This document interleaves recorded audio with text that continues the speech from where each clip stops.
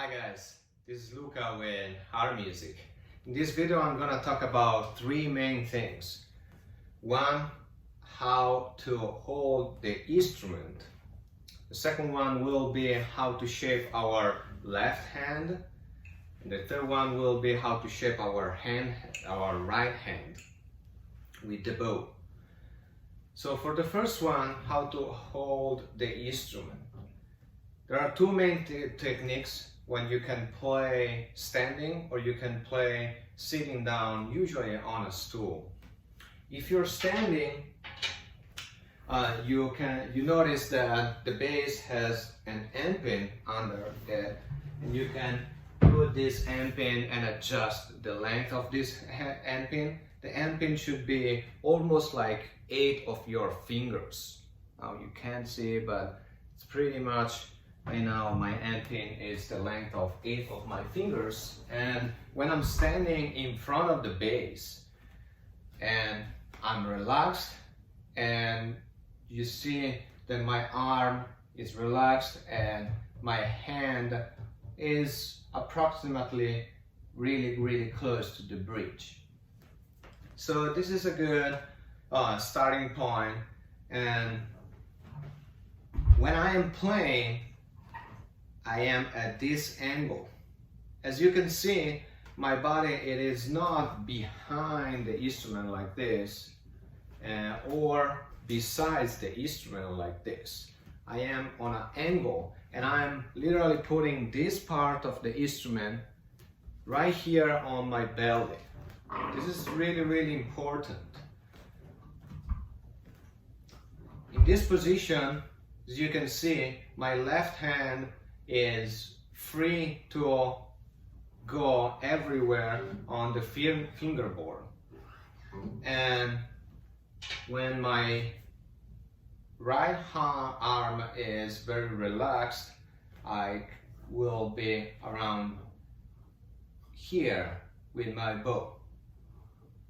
So this is a good position.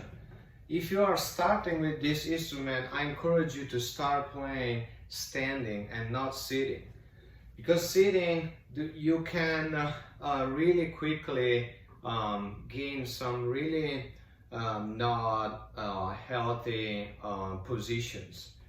When we are sitting, we usually use a stool. Could be like a short one like this one, or a little bit taller, and the main concept is exactly the same. So right now it's a little bit too high for me to sit. But if I'm sitting, the main concept is the same. So the position that was standing, it keeps also when I'm sitting. So this part of the bass is really close to my belly right here. And usually my left foot is up like this on the stool, and my right one is just on the floor. So as you can see, it is very similar. When I'm sitting or when I'm standing, it's the same, almost the same position of the instrument. And this is very important, and this is important because there is a main concept about the instrument. And the main concept is that in order to produce the sound, we have to be relaxed. And we are going to use our weight, the weight of our body, and transfer this weight on the actual instrument. So everything that we are going to do is try to stay relaxed and leave and try to put the weight of our body on the actual instrument. So these positions are designed to do so. So at any point you should feel relaxed, and you should feel that you are not working against the actual instrument. When we're talking about our left hand position, it's exactly the same. So as I just mentioned, we should be relaxed. So if you drop your left hand and just be relaxed, and you keep the shape of your relaxed hand, you will see that you pretty much have this kind of shape. So it is curved, and my thumb is at the level of my second or third finger, and I'm kind of making this kind of circle. So I want to keep the shape of my relaxed hand and put it on the actual instrument, on the neck. So at any time, your thumb should be always at the level of your second or third finger.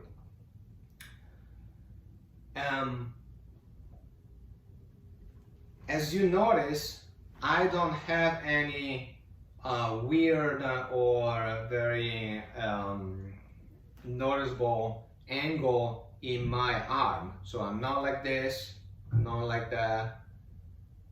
I am trying to keep the shape of my whole arm very smooth. And as I said, we are trying to put the weight of our body, and in this case the weight of my shoulder, will be transferred on my arm up to my fingers, and I'm trying to put the weight of my shoulder and my fingers. So at any time on the bass, you should always have the shape of your hand like this.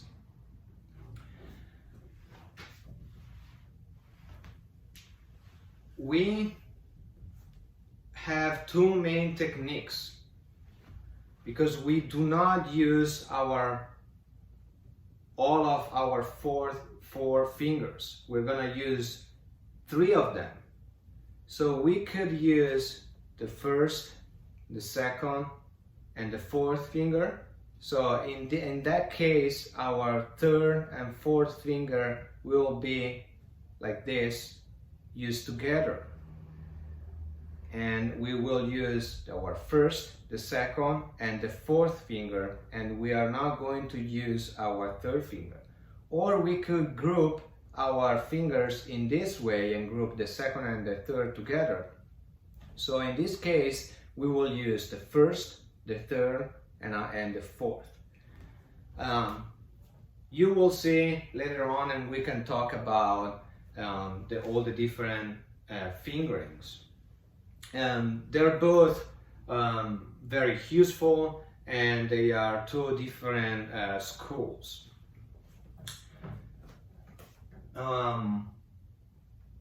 When we're talking about our right hand position,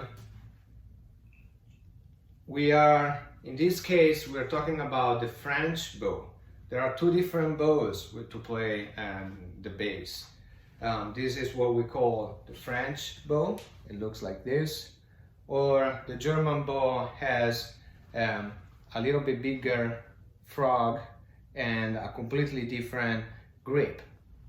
The grip from the German bow is from below the actual bow, and for the French bow we go exactly as a violin or the viola or the cello. As I mentioned before, when I'm relaxed and I try to put my arm and try to be relaxed with my arm and hand, the shape of my hand, it is pretty much like this. As you can see, my thumb, it is curved a little bit, and it's not like this. This is not relaxed. If I relax, it is curved a little bit towards the inside of my hand. If we take the bow and we approach with our left hand, and we approach the grip from above it, we should always keep this relaxed shape. and put it pretty much at the frog.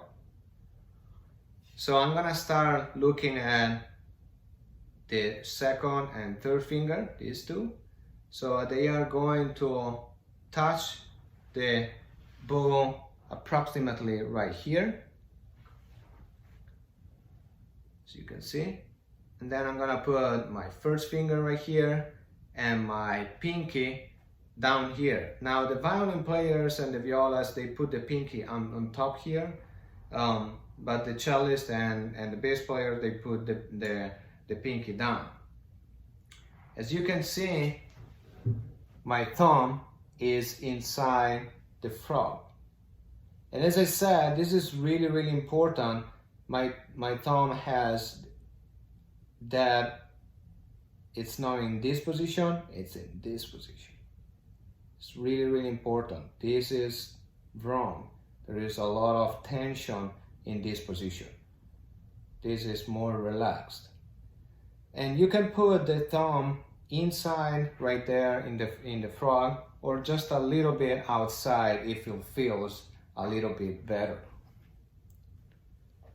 I'll show you the shape of my hand. I'm gonna turn it.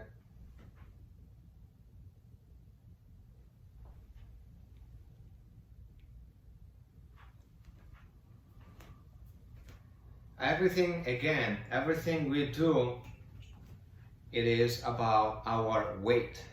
So it is really, really important that you are relaxed at any time.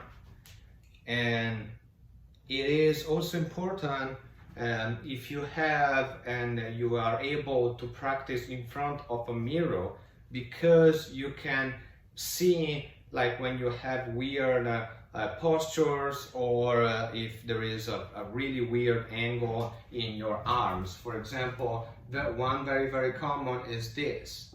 So do you see the angle of the wrist, my wrist right here?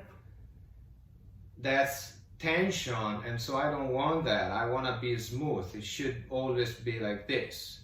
It's the same when I'm talking about the bow. Everything should look relaxed and should be relaxed. And if you have any pain, just stop immediately. Do not keep on practicing. If your thumb hurts or if your arm hurts, just stop, because it's not healthy to play when it's hurting. I'm gonna show you just for a second when we're gonna put, so we talked about our bow grip, and then when check our grip, we're just putting the bow approximately in between the bridge and the fingerboard, and just put down our hair on the string and just pull in the other direction.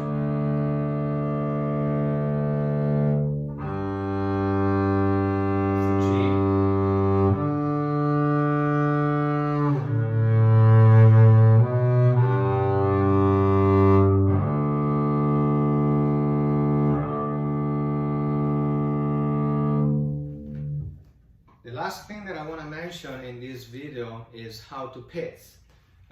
In classical music, almost always we have our bow when we are doing something pizzicato. And so I like to keep my bow with my first and pinky. So I have my second and third finger free to actually hit the string. As you can see, I am in this area of the instrument, so not on the end of the fingerboard, just a little bit above it. And that's when, depending on what kind of sound you want. If we're talking about jazz, it's a little bit different. We use the thumb as a pivot, and we can put our thumb on the fingerboard and pitch using our whole finger.